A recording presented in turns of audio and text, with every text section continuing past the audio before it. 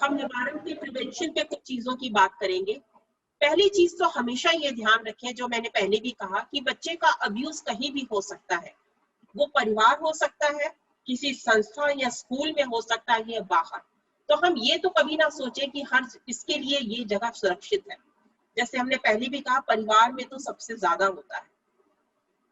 बच्चे को सुरक्षित जगहों और लोगों की जानकारी दें, उसे पता हो कि कई बार, आज बहुत बार होता है कि पेरेंट्स घर के बाहर जा रहे हैं, वो नहीं है, या बच्चा कहीं थोड़ी देर के लिए भी बाहर गया, कुछ हो गया, कोई एकदम से सामने से आ गया, तो बच्चे को आप थोड़ा सा समझाएं, कभी मैं सामने ना हूं तो तुम किसके पास जा सकते हो।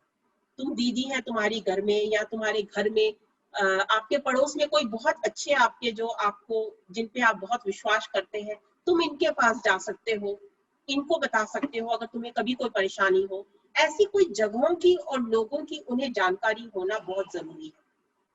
और आजकल के तो समय में मैं कहूंगी, क्योंकि अब ये कोविड सिचुएशन चल रही है, बच्चों को हमें सुरक्षित रखना और भी ज्यादा बड़ा हमारे लिए हो गया है। हर बार उन्हें साफ सफाई का ध्यान रखवाना, उनको हर जगह जो चीजों को छूना, उनको हर चीजों को वॉश रखना, किन जगहों पे उन्हें जाना चाहिए, कहाँ नहीं जाना चाहिए, किन चीजों को हाथ नहीं लगाना चाहिए, बार बार ये जानकारी देना हमें उनके लिए बहुत जरूरी हो गया है। बच्चे का कोई विश्वसनीय होना बहुत जरूरी है। ये हमारी बहुत हमेशा हम ध्यान रखते हैं कि बच्चा जिस भी किसी स्कूल या सेंटर में जाए, या कहीं पर भी वो जहाँ वो सीखता है, ज्यादा समय रहता है, उसे पता हो कि मेरे पास एक ये टीचर ऐसी है या ये दीदी ऐसी है जिनको मैं अपनी कोई बात बता सकता हूँ। मेरे को कई बार एक बात बहुत सोच में आती है कि जैसे स्कूल में काउंसलर्स होते हैं, कई जगह पर इस तरह के, कहीं काउंसलर हो गया, कोई प्रोटेक्शन ऑफिसर हो गया, और है ये बच्चों के लिए, बच्चों की सिक्योरिटी के लिए है, सेफ्टी के लिए। और क्या बच्चे जानते हैं इस बात को कि अगर मुझे कोई ऐसी परेशानी हुई है तो मुझे इनके पास जाना है, मुझे अपने आप उन मैडम को जाकर बताना है? मेरे ख्याल से छोटे बच्चे इस चीज को समझ नहीं पाते, उन्हें नहीं पता कि अगर मेरे साथ कुछ ऐसा हो रहा है तो मुझे इनके पास जाना है। तो उन्हें ये विश्वसनीय होना कोई जरूरी है, जिसे वो अपनी सारी बात बता पाए। एक बहुत जरूरी चीज है कि बच्चे को किसी किसी चीजों पे हमें ना कहना सिखाना भी है। कई बार बच्चे सोचते हैं हमारे साथ जो हो रहा है ये ठीक हो रहा है, हमें हाँ ही बोलना है। अगर मुझे बाहर कोई प्यार कर रहा है तो वो करने दो, क्योंकि मेरे मम्मी डैडी करते हैं, ये लोग भी कर रहे हैं, मैं ना नहीं बोल सकती। तो हमें ये घर में सिखाना है उनको कि तुम्हें कोई प्यार कर रहा है, मैं तुम्हें कर रही हूँ, पर बाहर कोई तुम्हें हाथ लगाएगा या प्यार करेगा तो वो गलत है, तुमने ना कहना है। तुम्हें कोई कपड़े उतारने को कहेगा तो ये गलत है, तुमने ना कहना है। क्योंकि कई बार छोटे बच्चे जनरलाइज नहीं कर पाते कि जो हम घर में कर रहे हैं वो हमने बाहर नहीं करना है। और सबसे जरूरी बात, अभिभावक, पेरेंट्स को बच्चे का गलत व्यवहार समय पर ना रोकने का अंजाम खुले शब्दों में बताया। अगर बच्चे कुछ गलत व्यवहार कर रहे हैं सबके सामने, तो उन्हें बताना है कि ये गलत है उसी समय। कई बार हम बच्चे थोड़े बड़े भी हो रहे हैं, पेरेंट्स उनको साथ में सुला रहे हैं ना, उन चीजों को नहीं समझा रहे उनको। तो ये जो ऑर्गेनाइजेशन, स्कूल्स, जो फैमिलीज बच्चों के साथ काम करती है, पेरेंट्स के साथ काम करती है, आप पेरेंट्स को जरा ओपनली ये चीज जरूर डिस्कस कीजिए कि टाइमली बच्चों को कहाँ नहलाना है, उन्हें प्राइवेट पब्लिक की सिचुएशन समझाना, बड़े बच्चों को अब साथ ना सुलाना, उनके अलग कमरों में उन्हें जगह देना,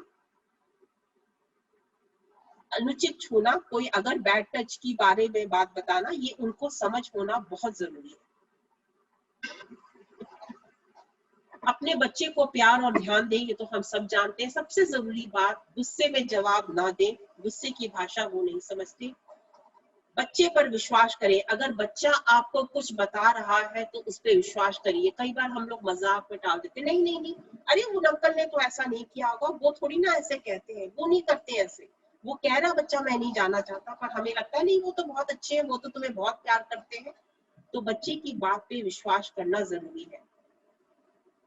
जो बच्चों की केयर टेकिंग करते हैं, उसके बाद देखभाल करने वालों के बारे में जानना बहुत जरूरी है। सबसे जरूरी बात, आजकल बच्चे को सिखाएं कि कैसे ऑनलाइन होने पर भी सुरक्षित रहना जरूरी है। आजकल बहुत काम बच्चे ऑनलाइन कर रहे हैं, पर कब अपने कैमरास को ऑफ रखें, कई बार ऑन छोड़ के ही इधर उधर घूम रहे हैं, कुछ एक्टिविटीज कर रहे हैं, क्या उसमें कितनी फ्रेंडशिप रिक्वेस्ट कर रहे हैं, मतलब ये सब हमारी बड़ों की जिम्मेवारी है, हमें ही बताना है उन्हें। इसी तरह से सारी इंफॉर्मेशन जो है वो गलत लोगों के हाथ जाती है। और सबसे जरूरी बात जो मुझे लगेगा, बच्चों को बुलिंग होने से बचाना। कई बच्चे इसका बहुत ज्यादा जो उनका इमोशनल अब्यूज है इसमें भी बहुत होता है। स्कूल्स में जाते हैं जहां उनको अपने साथी बच्चों के साथ थोड़ा सा, आई थिंक बुलिंग को तो हम सभी समझते हैं बहुत ज्यादा होता है बच्चों के साथ, और वो बता नहीं पाते। बहुत बच्चा गुमसुम रहेगा, बोलेगा भी नहीं, कुछ काम भी नहीं कर पाएगा। तो इस तरह की बातचीत उनसे होना जरूरी है कि जब आपको पता लगे आप जाइए स्कूल में एड्रेस कीजिए। और सबसे जरूरी बात कि काउंसलर या सलाहकार की मदद ले। अगर हमें खुद को लगता है कि जब हम बच्चे के साथ काम कर रहे हैं बहुत गुस्सा आता है, मैं रोक नहीं पाता, घर में परिवार में जब मैं काम बच्चे के साथ करती हूँ मैं अपने आप को रोक नहीं पाती, बहुत ज्यादा डांटती हूँ और हाथ उठाती हूँ, तो मुझे कहीं मदद लेने की जरूरत है और वो मुझे जरूर लेनी चाहिए। मैंने ऐसी कुछ पॉइंट्स लिखे हैं, अगर आपको again for pointing down all the possible physical abuse, कोई इनको लेना चाहे तो आप ले सकते हैं, क्लिक करना चाहे फोटोज, क्योंकि अलग अलग अब्यूजेस के लिए लिखे हैं कि फिजिकल अब्यूज कब हो सकता है, कि does the person have more than usual difficulties sitting and moving, we have already talked about it.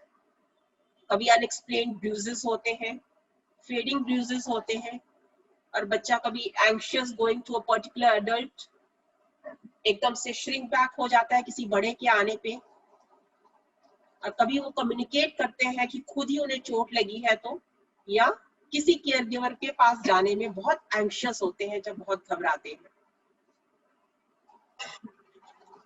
Possible emotional abuse हो सकते हैं when the person sometimes show unusual emotional stress, repeated anxious movements, withdrawal, self harm, खुद को नुकसान पहुंचाते हैं बच्चे जब इस तरह का काम करते हैं तो हो सकता है इमोशनल है। और do they seem to long for affection to an unusual extent, बहुत ज्यादा जब प्यार मांगते हैं, अफेक्शन जब बहुत ज्यादा मांगते हैं तब भी लगता है कि शायद इमोशनली डिस्टर्ब है, या बहुत एग्रेसिव या अब्यूजिव होते हैं। बच्चे लैंग्वेज कहाँ से सीखते हैं? अब्यूजिव लैंग्वेज अपने आप से, मतलब यहाँ वो कहीं देखते हैं या घर पे होती है इस तरह की लैंग्वेज। तो जब बहुत अब्यूजिव है तब भी हमें ध्यान देना है कि इनके साथ ये अब्यूजिव लैंग्वेज कौन यूज कर रहा है। Sometimes they don't have unusual reaction towards praise, आप बच्चे की बहुत ज्यादा प्रेज कर रहे हैं और आपको लगता है बच्चा खुश भी नहीं हुआ, वो कोई रिएक्शन ही नहीं दे रहा है, मे भी शायद उसको उस चीज का है ही नहीं, मतलब वो उसको कभी एक्सपीरियंस ही नहीं किया कि कोई उसकी बहुत ज्यादा तारीफ कर रहा है और वो खुश हो। तो वहां भी आप समझ सकते हैं कि शायद बच्चा इमोशनली अब्यूज्ड है। और कई बार बच्चे अपने मेन केयर गिवर से अटैच नहीं होते, तभी लगता है कि क्यों उनमें ये प्यार की कमी है, जब वो जो उसके साथ, चाहे वो उसके पेरेंट्स हो सकते हैं या जो बच्चे को अटेंड कर रहा है वो उसके साथ अटैच नहीं है, क्यों ऐसा हो रहा है।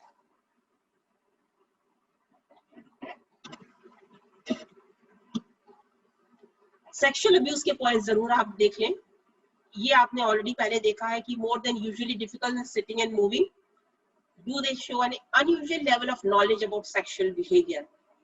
जब उन्हें अनयूजुअल नॉलेज होती है किसी भी सेक्सुअल बिहेवियर की, इसका मतलब उनका कहीं अब्यूज हुआ है, या वो अपना ज्यादा बॉडी बहुत ज्यादा अनयूजुअली कवर्ड अप या बहुत ज्यादा एक्सपोज करते हैं। कई बार बच्चे निकालते हैं, बच्चे कपड़े निकाल रहे हैं, क्यों निकाल रहे हैं, जानने की कोशिश करनी चाहिए।